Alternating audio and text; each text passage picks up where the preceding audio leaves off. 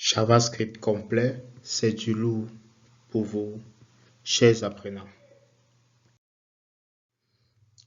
JavaScript est le langage le plus populaire avec 63% des développeurs qui l'utilisent loin devant Python, qui a 49%, et Java qui en a que 30%. Lorsqu'il a été créé, son utilité principale était de rendre des pages dynamiques. Par exemple, lorsque vous cliquez sur la barre de recherche sur Google, vous remarquez une liste qui s'affiche. C'est du JavaScript, comme vous voyez ici sur l'image. C'est du JavaScript.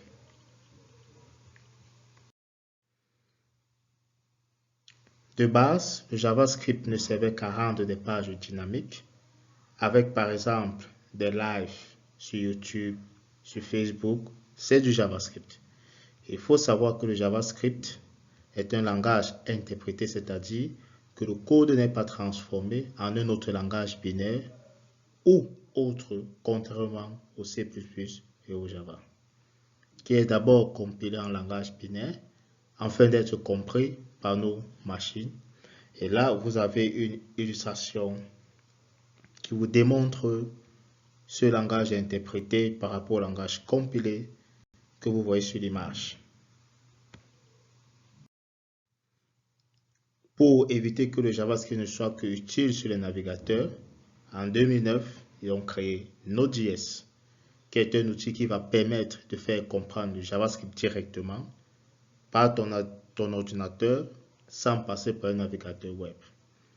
Grâce à ça, on peut créer des API, des serveurs web et même interagir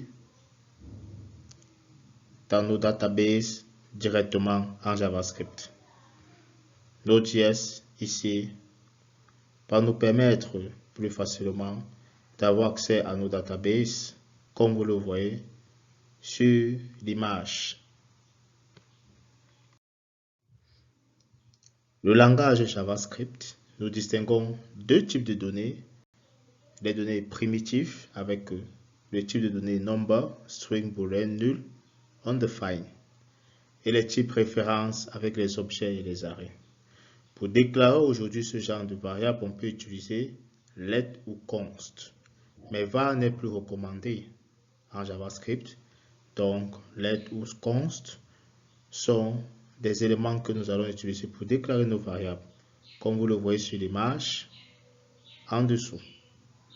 Let permet de déclarer des variables pour lesquelles on peut changer de type de données. Exemple, let name, Melvin, string. Contrairement à let const, nous interdit de modifier une variable qui était déclarée avec const, sous peine d'avoir une erreur dans notre programme.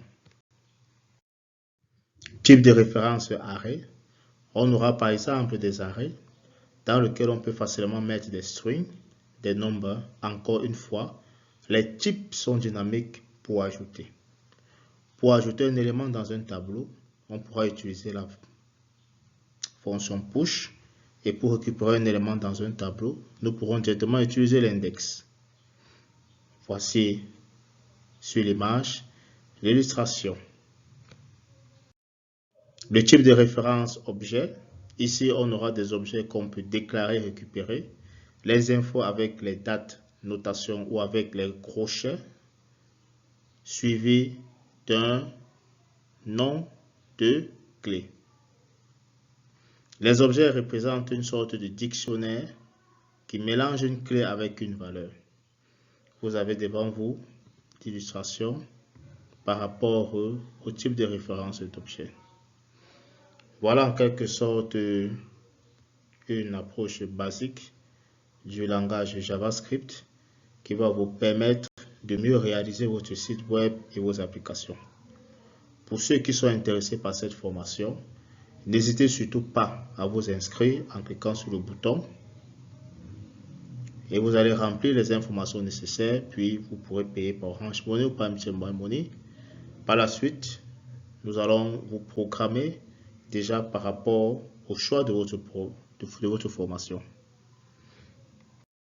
Si vous avez des questions, n'hésitez pas à nous les poser sur notre site via notre WhatsApp.